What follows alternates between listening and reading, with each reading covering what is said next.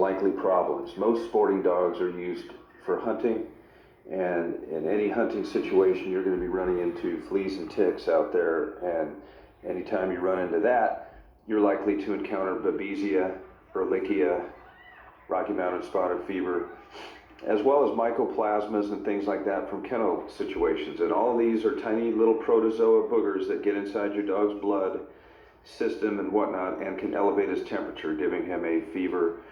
And as soon as a stud dog has a fever, well, his sperm is no longer good or is called into question. They can also get infections inside their own reproductive tracts.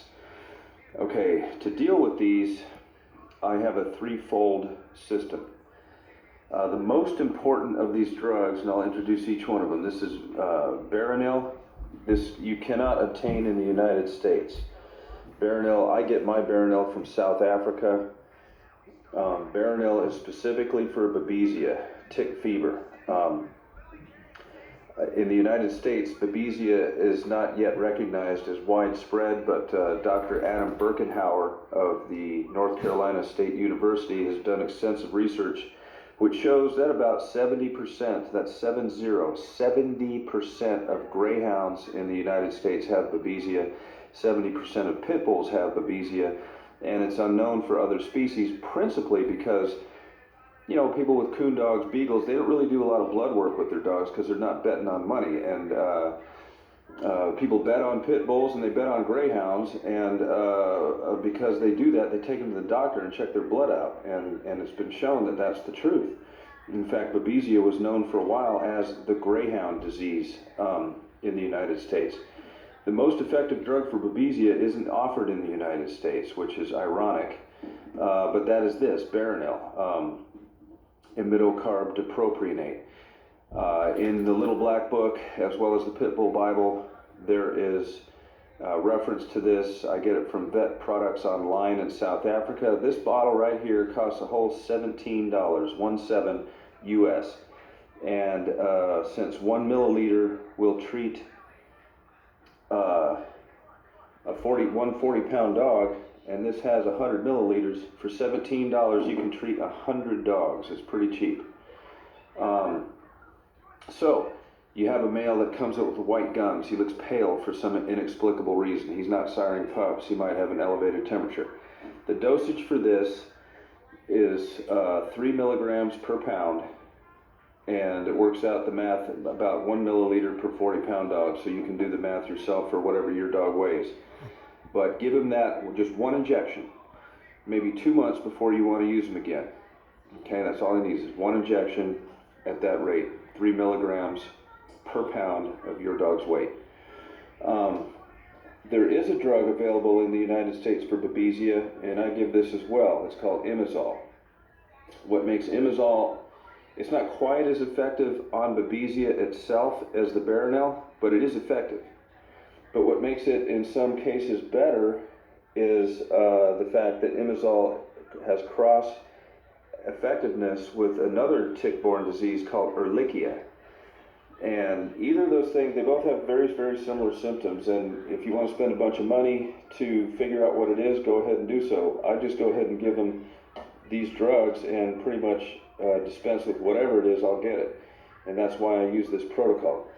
The Imazol is likewise dosed at 3 milligrams per pound, except where it differs from Baronil is given once and once only. Imazol is given once, and then 14 days later, 2 weeks later, another injection is needed. Both of these are given by injection intramuscularly. Just stick it in their leg or stick it in their shoulder and give the injection. So I would give both of these. You can give one on one side of the dog, the other on the other. They have there's no contraindication. There's going to be no problem with it. After these, I give doxycycline. Doxycycline is one of the best drugs for a sporting dog owner because it also affects Babesia and it also affects Ehrlichia, but it also gets mycoplasma, Rocky Mountain spotted fever. Basically any kind of disease a dog can get from a tick, including Lyme disease, doxycycline will handle it. So I give these two specialized injections, and I also give doxycycline. Now this says bird biotic. Well, if you've read my books, the money saving section on them, you can get doxycycline over the counter. This I got from my vet. You can also get this from vet products online. It's not called Imazol, it's called Imadox. They have a different name, but it's the same drug. This you can get from any sporting catalog or any vet catalog. It's labeled for birds, but if you look at the ingredients, it is doxycycline at 100 milligrams. Whatever your dog weighs, you're going to have to do the math and maybe chop the pill up, but it's essentially 5 milligrams per pound given once a day for 2 weeks.